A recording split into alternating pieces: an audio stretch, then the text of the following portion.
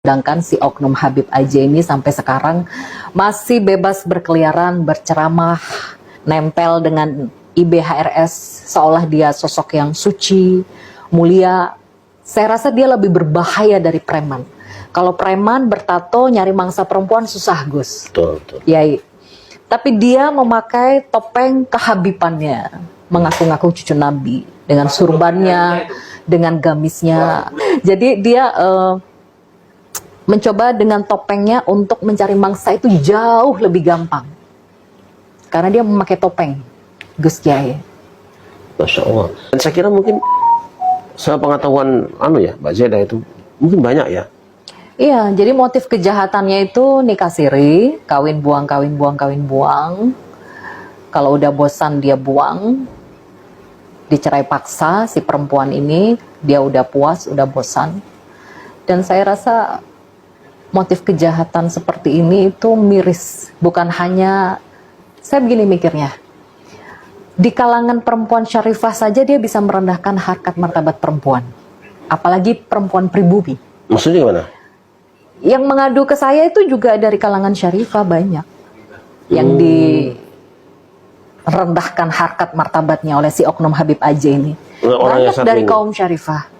Pribumi juga banyak. Saya berpikir begini, kaum syarifah saja bisa dia injak-injak, dia rendahkan harkat martabatnya seperti itu, apalagi wanita pribumi dianggap apa sama dia.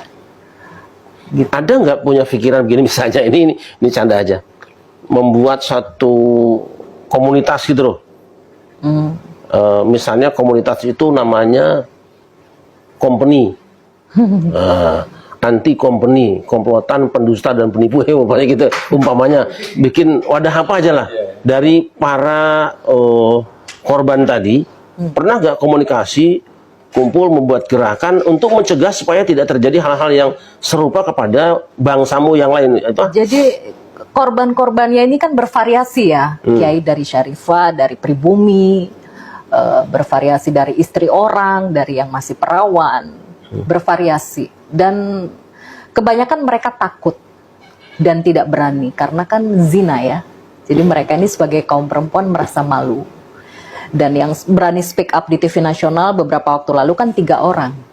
Itu pun dinikah secara agama. Berani speak up itu pun pakai cadar, Masian. Cuma saya yang berani nunjukin muka kayak begini. Lainnya pakai cadar karena malu. Apalagi mereka yang berzina, Kiai. Kalau saya lihat berarti tadi panjenengan itu bisa terbawa itu mungkin korban kopi luwak. Korban pikiran halu dan hoak. Itu mungkin ya. Jadi kabar gembira surga kan, punya turunan mulia, ya kan, mungkin itu ya. Ya, kalau buat saya keturunan Nabi, keturunan Rasulullah itu bonus. Saya tidak melihat itu, Kiai. Saya dulu mau dinikahi sama dia karena saya melihat kesehariannya ceramah di mana-mana. Dia punya pondok pesantren, ilmu agamanya bagus, baik. Sampai saya dikasih mahar cuma 100.000, saya terima, saya ikhlas. Sampai orang tua saya merestui karena melihat kesolehannya dia. Masalah dia keturunan Rasulullah, cucu Nabi, itu bonus, saya tidak melihat itu. Cuman ya kalau saya lihat motif kejahatannya dia ya memang yang dia gunakan ke beberapa perempuan ya dengan dia membranding dirinya bahwa dia adalah keturunan cucu Nabi. Itu tadi sehingga dia tampak suci, mulia.